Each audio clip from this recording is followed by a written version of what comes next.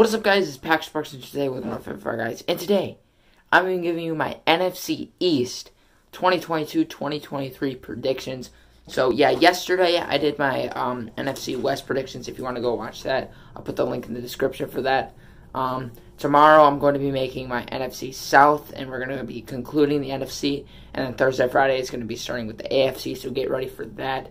So yeah, also before we start this video, subscribe to the channel. We're almost at 400 subscribers. I'd really appreciate it if you would subscribe. So yeah, let's get right into this video, starting with the Philadelphia Eagles. And before we start, arguably one of the worst divisions in football a couple years ago. Last year, Cowboys got a little better. Eagles got a little better also. But, this year, I don't think they're the worst division in football this year, but, there's some improvement there. But starting with the Philadelphia Eagles, 10-7. So, guys, the Eagles last year kind of shocked people. No one was expecting them to actually be, decent. I can't remember what their ending record was. I just remember they could have made the playoffs, but I don't know. I can't remember what happened too long ago. But 10-7, I think, is a good place to put them. Jalen Hurts at quarterback, I think he's improving. The Eagles aren't a bad team. They're not that bad. Last year, the reason I put them at 10-7 this year is because last year people thought they were going to be horrible. People were predicting them to get 3 wins, and then they kind of shocked the league a little bit. They didn't make the playoffs, but they shocked the league a little bit. So I think they're going to do that again. I think 10-7 is a good place to put them. And their schedule doesn't look that intimidating.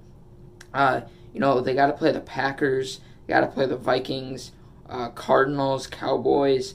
They got to play the Cowboys twice.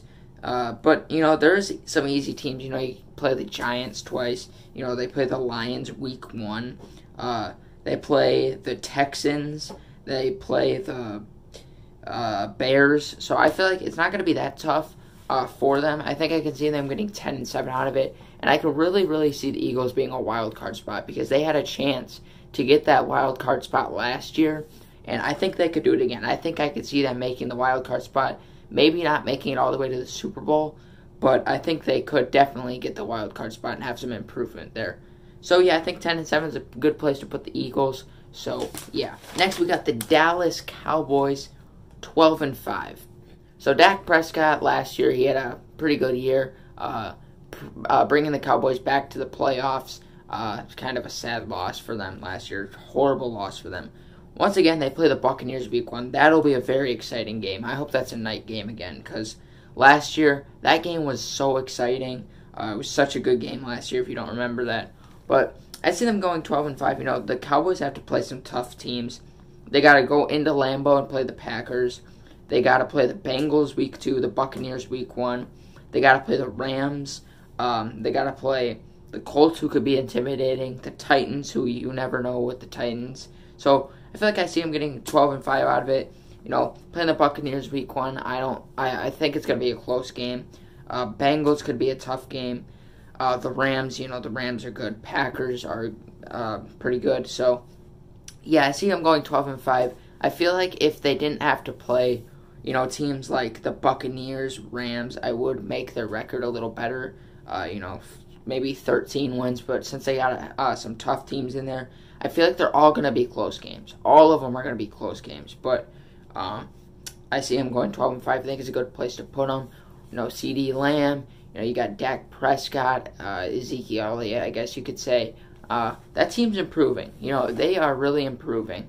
And they had a decent draft this year, too. So I think 12-5 is a good place to put the Cowboys. So, yeah. And I do think they will win the division, too. I can see that happening. Next, we got the Commanders at 9-8. The Commanders, I would put them higher. I would. I could see them maybe getting a wild card spot before I say anything. I feel like the Commanders really could make a wild card spot. I really do. But they also have to play some tough teams. Like I said, this whole division has to play the Packers. They got to play the 49ers, Browns, Cowboys, all 3. And then they got to play Titans, Vikings, who could be a threat. So I see him going 9-8. You know, Carson Wentz is kind of coming into that team. You know, it's kind of a battle between him and what's his name? Heineke, is that his name? Taylor Heineke?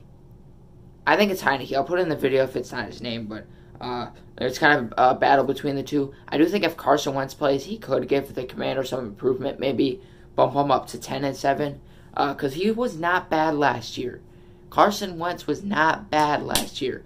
He threw 26 touchdowns with that Colts team, and I know they didn't make the playoffs, but a lot of Colts fans like to hate on him. I know he's not the best, but he still threw 26 touchdowns last year with Jonathan Taylor in the backfield. So I feel like he's not that bad, like as bad as people say.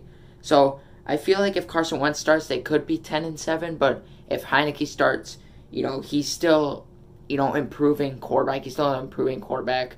But I feel like they could be 10-7. But I think 9-8 is the good place to put them. I think I can see them at least making third in the division, behind which I'm gonna get to next. But I think 9-8 is a good place to put the Commanders. But the Commanders are another one of those teams that just shocks people. They did it 2 years ago, so you never know. So this could be completely irrelevant. Maybe they'll have a good season this year. Who knows? I do have belief in them. You know, they got Scary Terry at wide receiver, so maybe they could be better. But I think 9-8 is a good place to put them. From where I looked at the schedule, went through, I got 9-8. So yeah. And last but not least, we got the New York Giants at 4-13. People may be mad about this. I'm not sure. You know, Daniel Jones, I had belief in him last year. Maybe he could have done something, I thought. Like, maybe he's going to do something, but he didn't. You know, Saquon Barkley in the backfield, you know, he just gets injured so much. I'm not saying it's going to happen this year. Maybe he'll be better this year, but, you know, the Giants are one of those teams that you just, like, I just can't see them doing good this year. Especially with their division and the schedule that the NFC East has this year. They got to play some tough teams. I think the Giants have the hardest schedule out of all of the NFC East. They got to go play the Titans week 1. Got to play the Panthers week 2. Who knows? Cowboys week 3. So that could be 0-3. Then they play the Packers and Ravens back-to-back. Then you got to play the Cowboys twice. Then you got to go play the Vikings. And then the Colts. So, you know, Daniel Jones, maybe he can have some improvement. I'm not sure. I'm not going to 100% say he will.